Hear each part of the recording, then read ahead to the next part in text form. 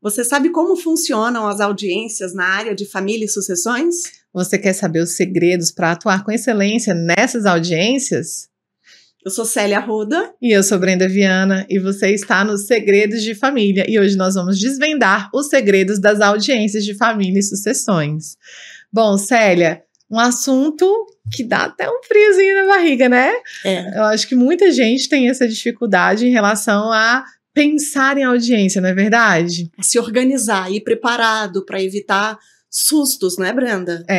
Então a gente pode começar aqui, né, falando a respeito das características que tem ali as audiências de família e sucessões. Lembrando que sucessões não costuma ter muita audiência, né? Não, é bem raro. Só uma situação extraordinária mesmo é que viabilizaria uma audiência num inventário, por exemplo.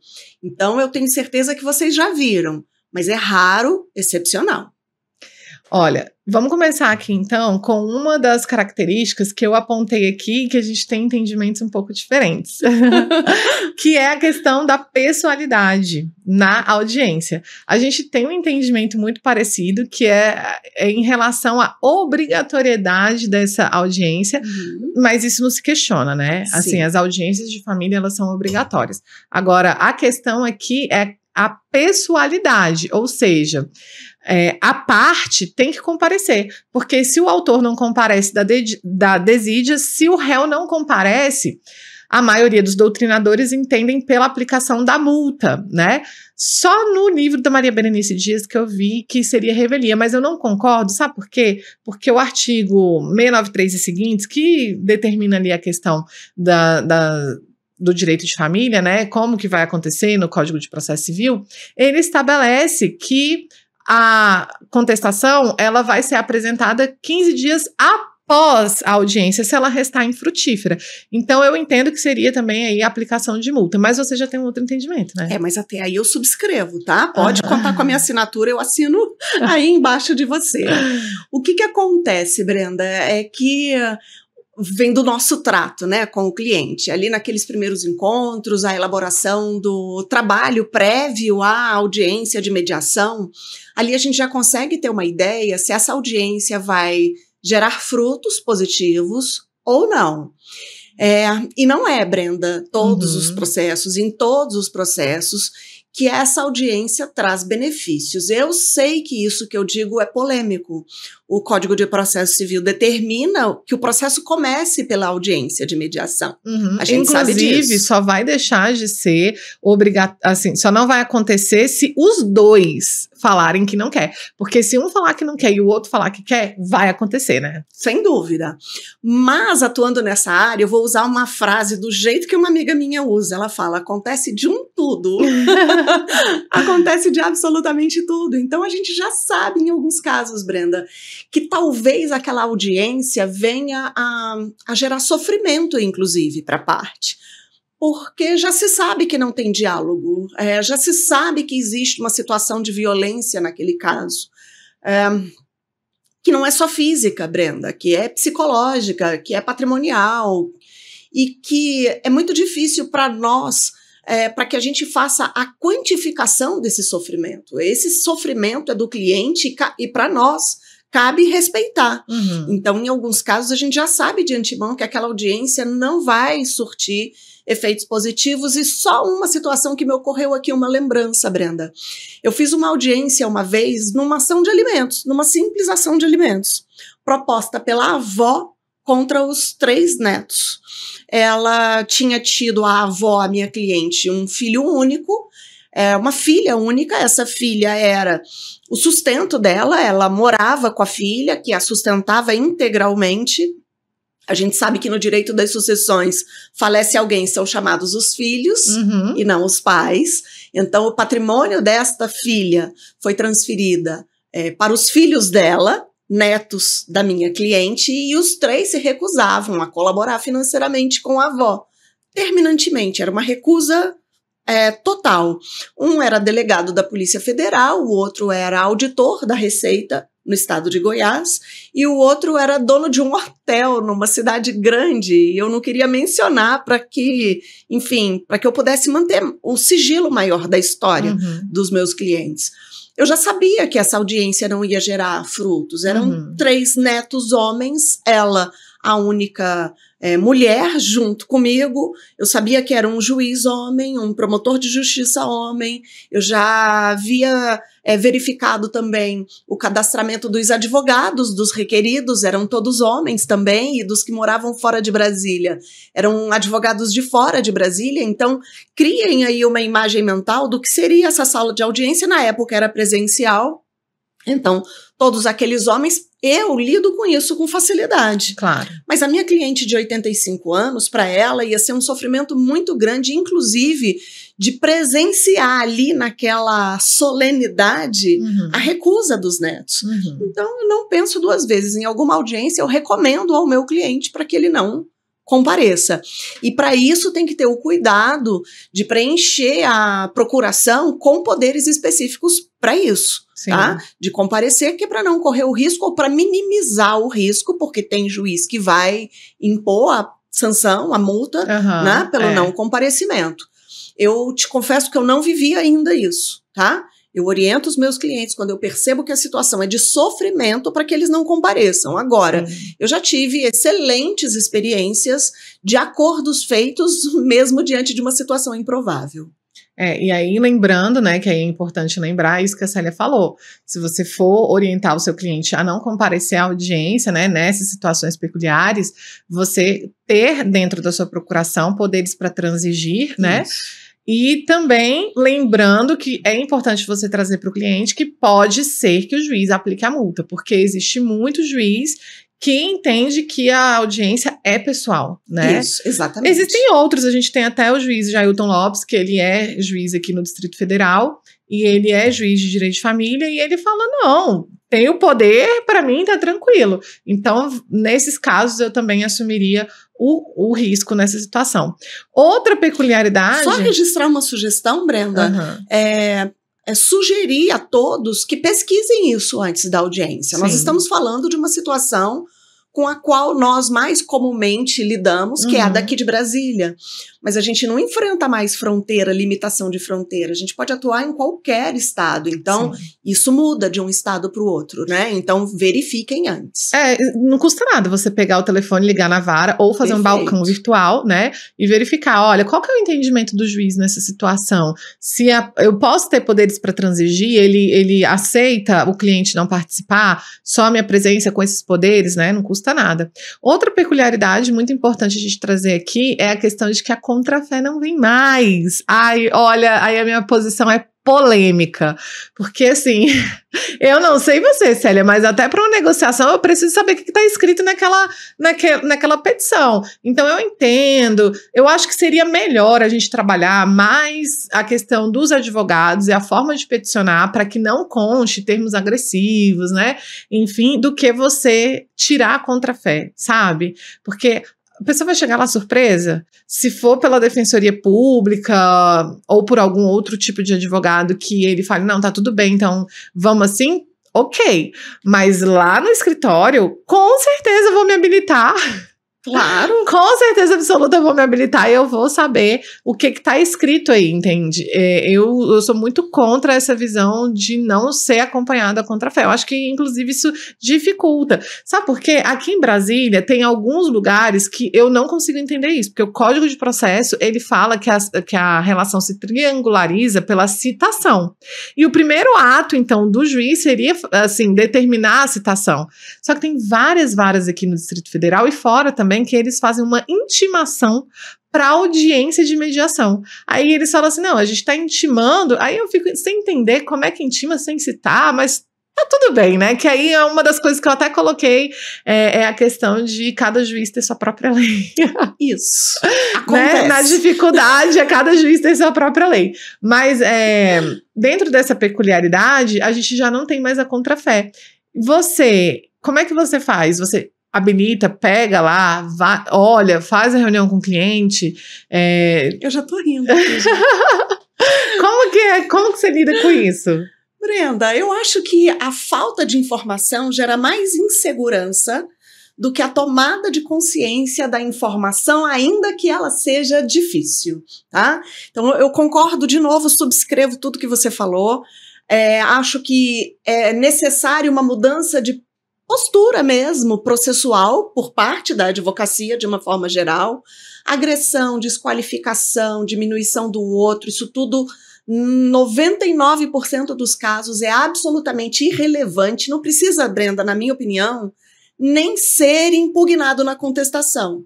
Tá? Eu tenho, em alguns casos, mas situações... a gente pode pedir a multa. Eu não sei, Sim. Agora eu não vou lembrar do artigo em específico, mas tem um artigo no código que traz a possibilidade da gente pedir a retirada daquelas palavras. Sim. Inclusive, depender daquilo, você pode pedir uma indenização por danos morais, Sim. né? De como acontecer. É porque isso não é seriedade, né? As pessoas confundem um pouco o que é seriedade, talvez, ou uma postura séria no processo. Então, eu não trabalho com desqualificação, com acusação, com a diminuição. Eu não preciso diminuir o outro para deixar muito claro para o juiz que o meu cliente tem o direito que a lei garante a ele. Eu vou te confessar que eu geralmente não faço. Mas teve um dia desses... Foi necessário. Foi muito necessário. Porque era uma revisional de alimentos. Era um pai que não pagava a pensão alimentícia voluntariamente, assim, não cumpria a decisão voluntariamente. Então, ele só pagava por meio da execução. Sim. E aí, ele entrou com uma revisional.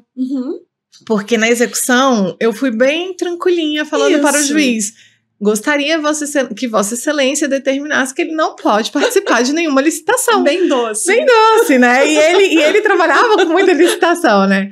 E aí, ele entrou com uma revisional. E na revisional... eu vou te falar, eu tô com...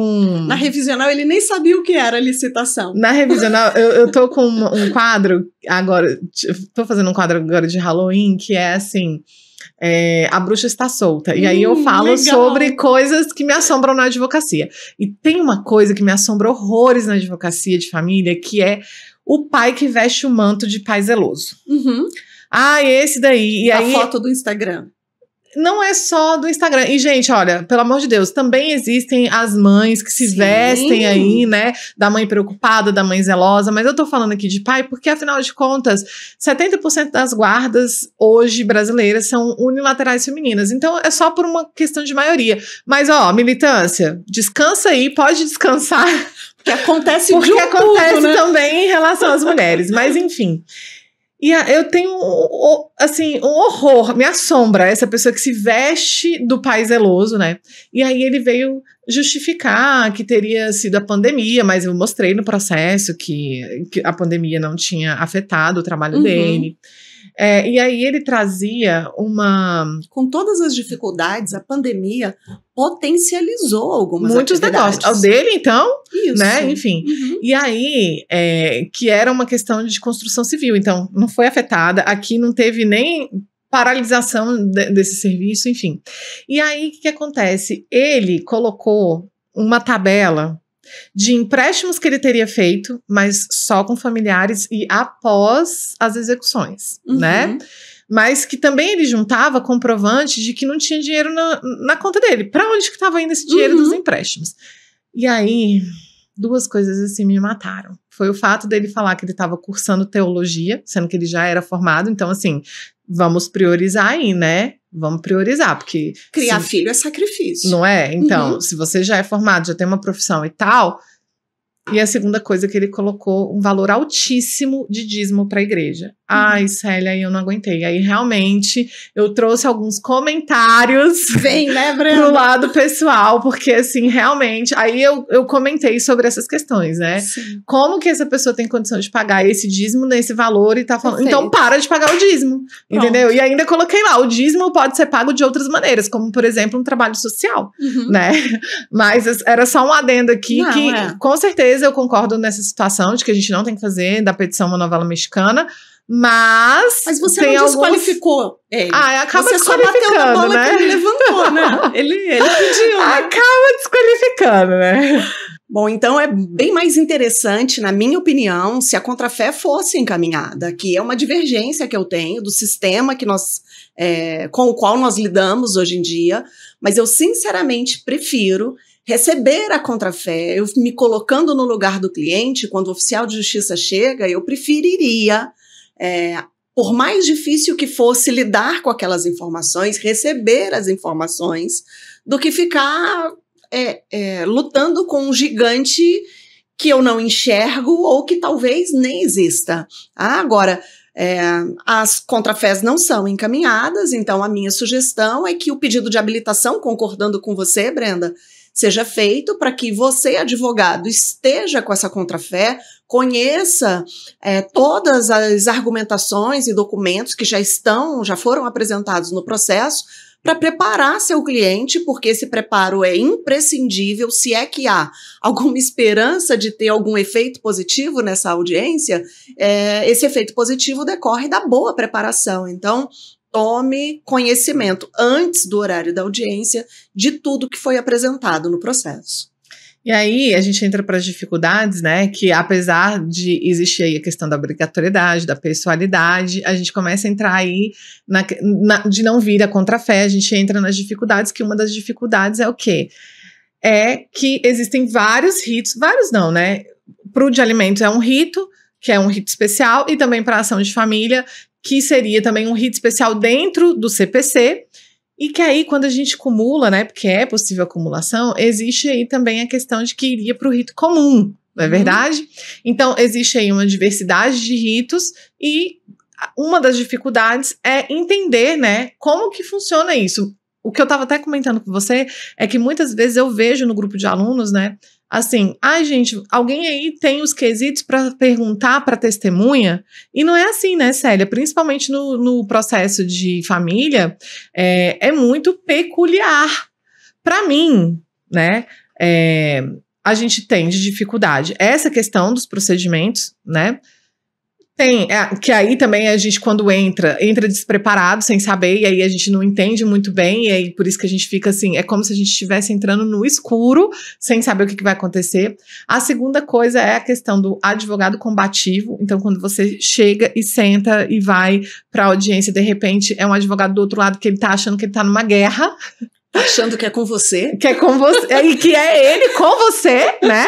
E a terceira coisa seria o fato de, além de existirem alguns procedimentos aí que a gente precisa conhecer, também de cada juiz ter a sua própria lei, né? São as dificuldades que eu entendo que a gente tem aqui. Você também vê que as dificuldades seriam as mesmas? Sim, Brenda.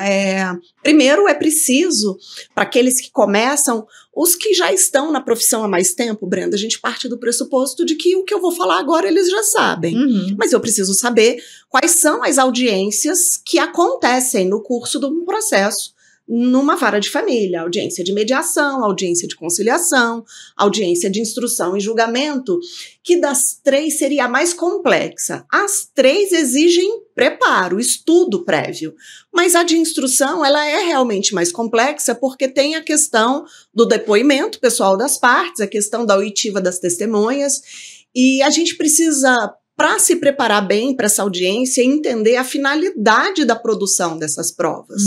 Então, quando você me diz que recebe no grupo de alunos, vê eventualmente a pergunta, o pedido, né? Você tem a lista dos quesitos, o que eu pergunto para essas testemunhas? É porque, na minha opinião, essa pergunta decorre do fato de que eu não sei exatamente o motivo da produção dessa prova.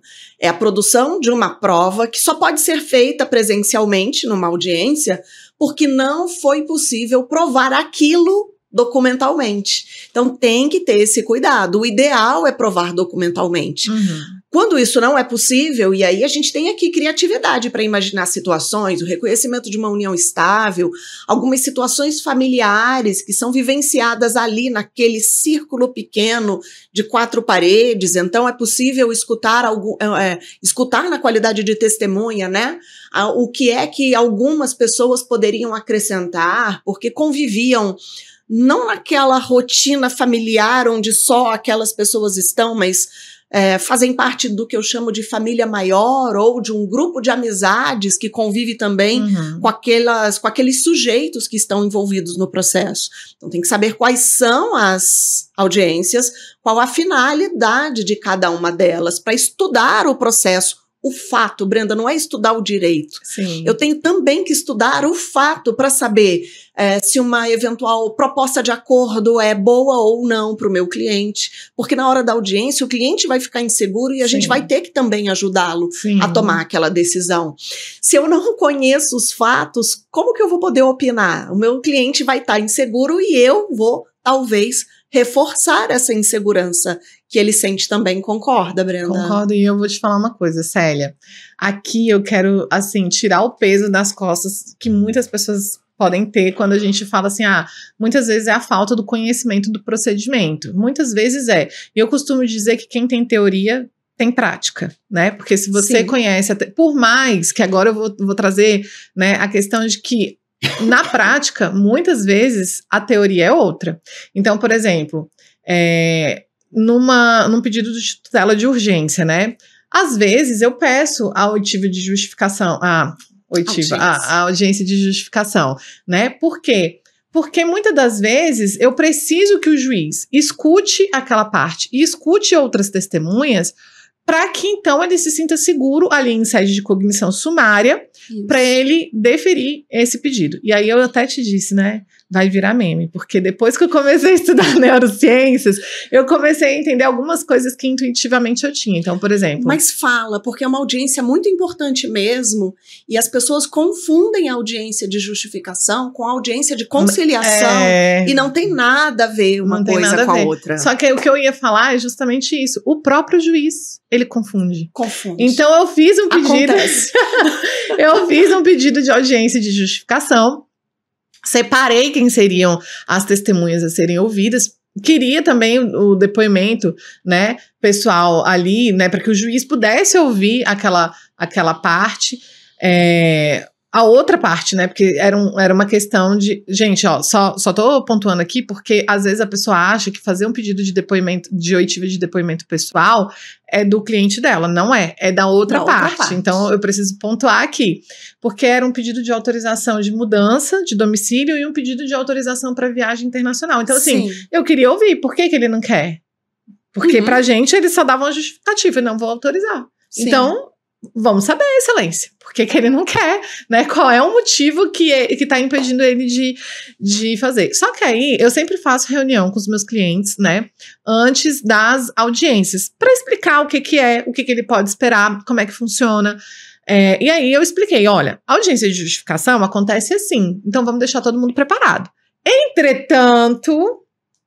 pode acontecer de o juiz chegar lá e fazer uma audiência de mediação, que foi exatamente o que ele fez. Então, por isso, quem tem teoria tem prática, por isso que eu tô falando pra você, quem tem teoria tem prática, porque se você for lá estudar no código, entender como é que funciona, saber quantas testemunhas pode, porque, por exemplo, eu falei aqui sobre a dificuldade em relação ao rito, né? Na audiência de alimentos, são 3, pela lei 5478. Na audiência ali pelo CPC, né, mesmo ali no 693 e seguintes, 10, né? Então, assim, você vai saber, você vai entender. E você precisa se preparar, porque na prática pode ser que aconteça de uma maneira diferente. E aí, quando você chegar lá, que você vê que tá diferente, você já sabe como vai agir, né? Então, aí a gente tem aí também a dificuldade que cada juiz tem sua lei. Mas o que eu trago de solução? Aceita que dói menos. Adorei. Aceita que dói menos, porque assim, no mundo ideal, seria maravilhoso o juiz seguir aquilo que a gente tem na legislação. Mas nem sempre é, porque, por exemplo, na lei 5478, que é a lei de alimentos, ele traz que a audiência é una. Veio o CPC com a 693 e seguintes, que traz ali a questão do processo de família, aí ele vai lá e muitas vezes ele aplica aquilo, né? Aí faz uma audiência pra mim, tira totalmente a celeridade do rito. Porque assim, se a audiência é una, você já sai dali com a sentença. Ou no máximo, o juiz vai fazer essa sentença ali dentro de um prazo ali razoável, dentro daquilo que ele tem na vara, né? Agora, quando você faz uma audiência de mediação, 15 dias depois para apresentar contestação, para depois fazer uma audiência de instrução de julgamento, pra mim já perdeu a celeridade. Mas acontece. Então, assim... E talvez seja a situação mais comum, né, Brenda? Aqui em Brasília... Aqui em Brasília, sim. Aqui em Brasília mesmo, eu não conheço mais nenhum juiz que faça pela Lei 5478. E aí, por isso que você precisa... E aí, qual solução seria, por exemplo, para Aceita que Dói Menos? Ou seja, dance a música que estiver tocando, veja quem é o juiz e tal. Seria justamente conhecer quem é o juiz que está atuando ali, como que aquele juízo funciona. Então, assim... ligar, fazer um balcão virtual, se você é inexperiente, nunca atuou, né, com aquele juiz, por exemplo, ou se você nunca fez uma audiência, fazer um balcão virtual e verificar, ele segue o 5478, ler o mandado, eu estava até te contando, né, teve um cliente meu que para uma revisional ele foi citado e na citação vinha escrito que ele tinha 15 dias para apresentar contestação. Quando eu entro no processo, o que está escrito? Uma decisão do juiz falando 15 dias após a audiência de mediação se restar infrutífera. Então, assim, a gente precisa conhecer o que está no processo, quais são as decisões que tem ali, ler atentamente o que está escrito no mandado e, se tiver dúvida nesse caso, né, consulta. E peticionar, né? Isso, peticiona para ficar esclarece isso aqui. Esclarece isso aqui. É 15 dias a contar de quando, né? Como é que você falou? Dói menos? Qual foi a Aceita frase? Que dói menos. Aceita que dói menos? Pois é, eu adoto esse mesmo princípio de uma forma um pouco diferente. Eu brinco que eu sou super obediente. Se o juiz mandar, eu faço do jeito que ele quiser, porque o que eu quero é a sentença. Primeiro, não existe embate com o juiz. Vamos deixar, não tem disputa de poder. São atuações diferentes, não existe hierarquia, isso nós não discutimos. Mas quem tem a caneta, quem segura a caneta que decide é o magistrado. Eu não vou entrar em embate com ele. Uhum. O que não significa dizer que eu concorde com tudo que ele faz. Eu não concordo com tudo que ele faz. E aí eu embargo de declaração, eu agravo, inclusive eu já fui advertida por um magistrado durante uma audiência que me disse assim: vou sentenciar, doutora, eu não quero o acordo como se o acordo, a proposta fosse maravilhosa e eu estivesse sendo intransigente por não aceitar. Eu falei, senhor, fica à vontade. Imaginei que essa seria a sua função, inclusive. Pode ficar à vontade, não tem problema nenhum. E aí eu tô dizendo que eu não entro em embate, né? Eu só respondi a afirmativa, que na minha opinião foi grosseira, pelo fato de eu não estar aceitando a proposta de acordo que havia sido feita. Mas não tem embate, é o que eu digo, a caneta que decide é dele. Sim. E se ele adota um procedimento com o qual eu não concordo, se ele transforma uma audiência de justificação numa mediação, eu vou tentar ali no meio daquela audiência trazer para o rumo que eu gostaria, fazendo com que ele escute alguma testemunha, lembrando a todo momento que aquela audiência é um reforço para a tese autoral, para que o juiz se sinta mais seguro, para deferir ou indeferir a liminar, porque o que a gente quer é que o juiz decida, porque se ele decide favoravelmente, isso é ótimo. Se ele indefere o nosso pedido, a gente agrava. Só que se ele não decide, isso é ruim para o processo. Mas, assim, não sei se você tem essa mesma visão. Eu vejo os tribunais muito corporativistas. Então, assim, em algumas questões específicas, como, por exemplo, pode cumular ou não, eles já têm um entendimento, pode acumular. Então, se o juiz indeferir a acumulação, se você agravar, tudo bem. Agora, em outras, eles tendem a manter aquela decisão, né? E aqui, voltando ao que eu estava falando, né, do meme da neurociência, é que a gente sabe do princípio da coerência. Então, quando você vai fazer um pedido de... Eu não peço mais, assim, pedido de tutela de urgência indiscriminadamente, entendeu? Sim. Se eu não tiver um arcabouço maravilhoso, claro. Porque na teoria... Pode. O juiz, ele tá tomando uma decisão ali em sede de cognição sumária. Na realidade, como que funciona? Ele é um ser humano como a gente. E a tomada de decisão dele funciona exatamente como funciona a nossa. Então, primeiro ele decide. Depois ele vai buscar fundamento para aquilo. Isso. Então, assim, mas não tem muitos elementos. Então, se você não tem muitos elementos, não peça. Não peça. E oriente o seu cliente a te ajudar a fazer prova. Sim, com certeza. Sem só a argumentação de uma das partes não vai ser suficiente, e isso não significa dizer que a gente está desconfiando do cliente da gente. Sim. É o que eu falo para o cliente, o processo é prova. Isso. Eu não tenho como provar a intenção. Então, vamos lá, como é que a gente pode trazer isso daí para os autos, né? E aí, Célia, o que acontece? é importante o juiz entender, é importante a gente entender que aquele juiz ele vai tender a ser coerente. Então, assim, se você faz um pedido de tutela de urgência, né, no processo e o juiz indefere, seja lá quais seriam as suas chances de ganhar aquele processo, ela vai reduzir. E muito, pelo princípio da coerência. E se ele defere, seja lá quais são as chances que você tinha de ganhar ou perder aquele processo, de ganhar, né, o processo, elas vão aumentar. A sua chance vai aumentar. Então, assim, quando você for fazer esse pedido, né, de tutela de urgência, tenha esse cuidado de ter ali indícios suficientes, provas robustas, mesmo que seja em sede de cognição sumária. E por isso que eu fiz esse pedido de audiência, de justificação, porque assim, eu queria que o juiz verificasse. Por quê que ele não quer autorizar a criança a conhecer um novo país? A ter contato com uma nova cultura. Qual é a justificativa dessa pessoa? Tirando do filho uma super oportunidade, sim, né, Brenda? Então, qual é a justificativa plausível para isso? E outra, era um pai que não convivia com a filha há 9 anos. Por que ela não podia mudar para São Paulo, onde ela teria melhores condições, entendeu? Sim. Então, assim, eu queria ouvir aquilo dali. Com certeza, gente, o juiz, ele é um ser humano. Na hora que ele estivesse ali, que ele estivesse ouvindo, e que, graças a Deus, essa parte aí foi feita. Mas não foi uma audiência de justificação, foi uma audiência de mediação. Então, é importante a gente ter um conhecimento aprofundado no procedimento, um conhecimento super aprofundado no processo. Por quê? Para mim, a audiência começa na decisão saneadora. Então, quando o juiz fala assim, olha, os fatos controvertidos são esses. Aí tem gente que fala assim, mas no meu processo não tem essa decisão. Então, você vai ter que entrar com embargo de declaração. Por quê? Porque tem que ter.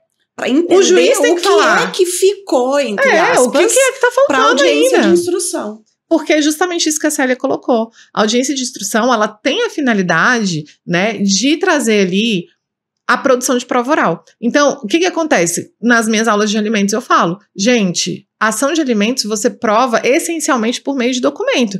Eventualmente, pode ser que precise de uma testemunha? Pode, mas assim, são situações muito difíceis. Como é que uma testemunha vai provar que houve o pagamento daquela pensão alimentícia? Não tem como. Vão provar o valor da escola da criança ou que ela precisa de plano de saúde? Não é? Então assim, essencialmente, as ações de alimentos, ela tem audiências que... Essencialmente, as ações de alimentos, ela é um processo, né? Elas são ações que essencialmente se comprovam por meio documental. Então, pode ser que, inclusive, nem tenha audiência. Exatamente. Né? E, por meio dessa decisão saneadora, onde o juiz vai trazer os fatos controvertidos, né? E é por isso que eu também falo, organize-se durante o processo. Como é que eu gosto de fazer, Célia? Eu coloco os pontos bem claros na inicial, se eu tô atuando pela inicial, pelo autor, né? Quando chega na contestação, se eu tô atuando pelo réu na contestação, eu gosto de fazer um quadro comparativo. O autor tá alegando isso, o réu está contestando ou impugnando nesse sentido. O autor está alegando isso, o réu está impugnando nesse sentido. Se eu estou pelo autor e eu tenho que apresentar réplica, eu faço o mesmo quadro comparativo. Mas em que sentido? O autor trouxe isso e não foi impugnado pela parte. O autor precluiu. O autor trouxe aquilo e não foi impugnado pela parte. Então, são fatos incontroversos. O que ficou de controvertido? Esse. Então, eu acredito que isso, inclusive, facilita para o juiz essa organização. E aí, com a minha organização do processo, com a organização do juiz por uma decisão saneadora, eu tenho melhores condições de me preparar para uma audiência de instrução e julgamento. Como? Eu vou sentar e vou colocar quais são as provas que eu tenho, o que as testemunhas precisam comprovar. Porque senão fica aquela coisa chata, né, Célia, na audiência, do juiz falar assim, tá, doutora, mas por que você quer essa pergunta? Por que tá fazendo essa pergunta? Ele já respondeu isso, já tá aprovado nos autos isso aí, né? Em audiência eles dizem, doutor, isso já tá aprovado documentalmente. Doutor, isso já tá aprovado documentalmente. E às vezes o advogado fica sem até saber o que dizer ali, né? Foi a falta de organização para a audiência, né? Eu só preciso provar numa audiência de instrução aquilo que já não estiver provado No processo. documentalmente no processo. É bem residual. Por isso, talvez a lista de perguntas para as testemunhas seja pequena mesmo, né? E peculiar, né? E então, assim, para aquele específica. caso, Exatamente. existe aquelas perguntas para serem feitas. Isso. Então, assim, como a gente também trabalha com guarda e tudo, para os quesitos relacionados ao estudo do psicossocial, eu gosto de ter uma assistente técnica. Uhum. E aí, você habilita essa assistente técnica. Se for ouvir o perito, né? Quem fez aquele estudo, por exemplo, ela mesma já vai te sugerir quais são as perguntas que você tem que fazer para a impugnação daquele laudo, não é verdade? Que ela vai enxergar detalhes que a gente não enxerga. Justamente. Viu? Falamos até junto. Então, eu acredito que organização, aqui só dando uma resumida, a gente falou sobre as 3 características, que seriam a questão da obrigatoriedade, Isso. a questão de ser pessoal e a questão também de não vir a contrafé, né? Uhum. Sobre as dificuldades, a gente trouxe aí a diversidade de ritos. O juiz, muitas vezes, criar a sua própria lei, né? A escolha do juiz, a interpretação que ele dá, né? É própria. A essa diversidade. E também a gente trouxe aí a questão do advogado combativo, né? Uhum. Quando tem ali na outra parte, que a gente nem comentou sobre isso, mas eu acredito que uma das coisas muito importantes para você lidar com o advogado combativo na audiência é a questão de você ter inteligência emocional. Isso. Ou seja, você não faz se preparar. Igual, não precisa fazer igual, não. Deixa ele sair de louco sozinho. É. Até porque você precisa entender que você tá ali para formar formar ali o convencimento do juiz e não daquele advogado. Então, quando... E o juiz, ouvindo esse advogado combativo, ele tá entendendo o porquê da peça ser agressiva. Sim. A peça não reflete necessariamente os fatos, reflete a natureza daquele colega. Sim. Então, não precisa deixa fazer ele muito. Para doido e meio, deixa ele passar de doido Exatamente. sozinho. E aí, sabe o que acontece? O juiz, como eu já mostrei pra vocês, ele é um ser humano como nós. E aí, o que acontece? Ele também vai gerar empatia em relação a uma parte ou não, Isso. ou antipatia em relação àquela parte ou não. Então, quando você não se põe numa postura colaborativa, quando você tá ali sendo combativo, criando uma guerra desnecessária, entendeu? O juiz já tem aquele olhar diferenciado.